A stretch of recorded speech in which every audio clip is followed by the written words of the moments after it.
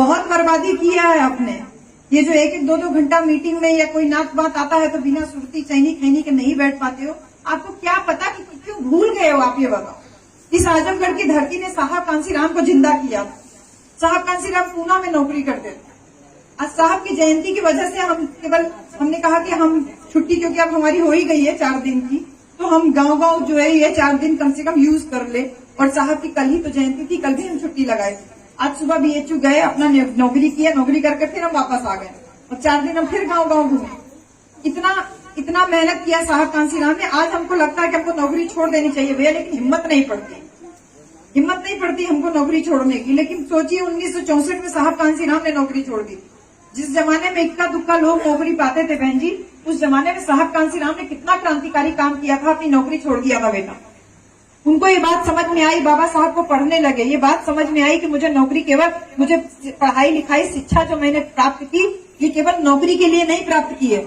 मेरी शिक्षा का उद्देश्य है मेरे समाज को जागरूक करना। मेरे समाज का जो वोट लूटा जाता है, मेरा समाज के ऊपर जो अत्याचार होता है, उसका कारण है वो सत्ता में भागीदारी नहीं है। इसलिए तो जिसकी शासन सत्ता नहीं होती है उसका समाज मार खाता है, लुटता है, पिटता है। और इसीलिए साहब कांसीराम ने बीड़ा उठाया कि मैं अपने समाज को जागरूक करूंगा, उसको शासन सत्ता में भागीदारी दिलाऊंगा। और इसीलिए साहब कांसीराम ने अपनी नौकरी से इस्तीफा दिया और इस्तीफा दे करके गांव पैदल साइकिल चले। आपको पता है बहन जी, 49-50 साल की उम्र होती है तो आप लोग दादा नाना बन जाते हो। अभी भी पान चबा रहे हो बैठ के भैया। मैं यहाँ पे कोई तमाशा करने नहीं आई हूँ। 49 साल की उम्र में आप लोग दादा नाना बन जाते हो, अपने नाती पोता खिलाते हो। और 49 साल की उम्र में साहेब कांशीराम ने, आपको पता है, 4000 किलोमीटर की साइकिल यात्रा शुरू की थी आपको जगाने के लिए।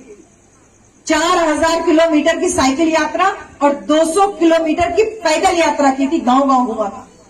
49 बरस की उम्र में, जिस बरस में आप लोग बुढ़ापे की तरफ बढ़ते हो, साहब भी तो बूढ़े हुए होंगे।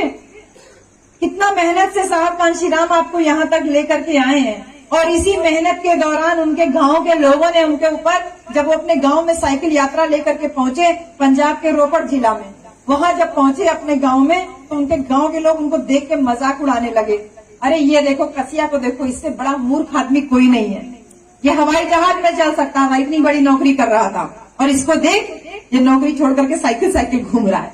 उनके अपने गांव के लोग उनका मजाक उड़ाए थे बच्चों। लेकिन साहब कांशीराम किसी बात का जवाब नहीं दिए, ना किसी को कुछ कहे, अपना काम करते रहे। क्योंकि 20,000 किलोमीटर का उन्होंने, 4000 किलोमीटर का साइकिल यात्रा का उन्होंने प्रबंध किया था। अपना चल रहे थे लोगों को जागरूक करने के लिए उनके वोट के अधिकार के प्रति। और फिर जब ये यात्रा पूरी की और साहब ने संगठन बनाया, DS4 बनाया, बामसेब बनाया, तमाम और संगठन बनाए, और उसके बाद बहुजन समाज के नाम का जो संगठन बनाया, और उसके बाद जब पहली बार शासन सत्ता में आए तो उसी अपने गांव में जब वो हवाई जहाज से उतरे थे, हेलीकॉप्टर से जब उनके गांव में वो उतरे थे, तो वही गांव के लोग जो कह रहे थे कि ये महामूर्ख था, इसने अपनी नौकरी से इस्तीफा दे दिया, वही गांव के लोग कहने लगे कि आज कसिया ने हम लोगों का नाम जो है, मान सम्मान जो है वो बढ़ा दिया, हमारा सर गर्व से ऊंचा कर दिया। तो यही समाज है बहन जी, यही समाज है जो आपको बुरे समय में आपका साथ नहीं देता है। और यही समाज है जब अच्छे वक्त में आपका सही समय आता है तो आपका साथ देने के लिए तैयार होता है। लेकिन साहब कांशीराम ने ऐसे लोगों को हमेशा याद रखा जिन्होंने उनके बुरे वक्त में उनका साथ दिया। और आजमगढ़ की धरती, ये आजमगढ़ की धरती है जिन्होंने साहब कांशीराम को खड़ा किया था, उनके बुरे वक्त में उनका साथ दिया था।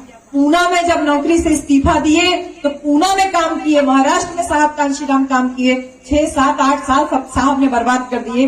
और फिर उनको लगा कि यहाँ पूना में काम करने का, महाराष्ट्र में काम करने का कोई फायदा नहीं। साहब वहां से चल के दिल्ली आते हैं और फिर दिल्ली वाले कहते हैं कि आपकी बात उत्तर प्रदेश में लोग सुनेंगे। और जब साहब कांशीराम यूपी में आगरा आते हैं, आगरा में कहा जाता है कि आपकी बात आजमगढ़ के लोग सुनेंगे। और तब साहब कांशीराम आजमगढ़ आते हैं। और मुझे कहने की जरूरत नहीं कि आजमगढ़ के लोगों ने कितना मान सम्मान सहयोग साहब को दिया। आपके दम पे साहब कांशीराम खड़े थे भैया। कैसे भूल सकते हो साहब कांशीराम के उस त्याग को, उस परिश्रम को। बहन साहब जब मूवमेंट का काम कर रहे थे तो उनकी जेब में कई बार इतना पैसा नहीं होता था कि वो अपनी साइकिल में हवा डलवा पाए। रोज साहब कांशीराम पूना में एक कमरा लिए थे और उसी कमरे को अपना कार्यालय बनाए थे। और वहां से वो चल करके साइकिल से जाते थे, पूना स्टेशन पे साइकिल रखते थे और वहां से मुंबई जाते थे, वहां रोज मीटिंग लिया करते थे। उनके साथ एक आमटे आमटे करके उनके एक साथी थे। एक दिन